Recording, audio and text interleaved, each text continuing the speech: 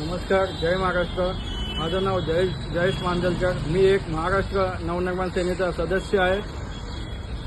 माझ्या कंपनीचं नाव JMS enterprises आहे। माझं रेल्वेमध्ये M व्यंकटराव या कंपनीकडून सब कॉन्ट्रॅक्ट चालू आहे। माझं भाईंदर ते नायगाव या दरम्यान आमचं ब्रिज बनवायचं काम चालू आहे।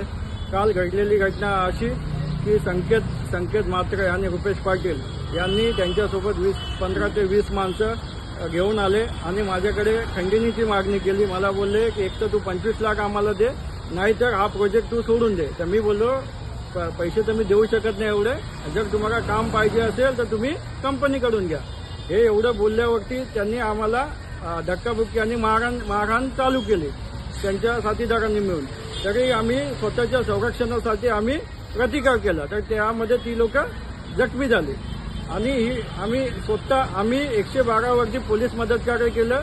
आम्ही पोलिसांना जाऊन भेटलो। पोलिसांनी आम्हाला 6 तास आमचा जबाब नोंदवला। त्याच्यानंतर आम्हाला रात्री आमच्यावरती त्यांच्यावरती काही कारवाई न करता आमच्यावरती गुन्हा घेतला आणि ह्या लोकांनी सर्वकडे मराठी आणि अमराठी असा मुद्दा उपस्थित केला। असं कोणत्याही प्रकारे काही घडलेलं नाही।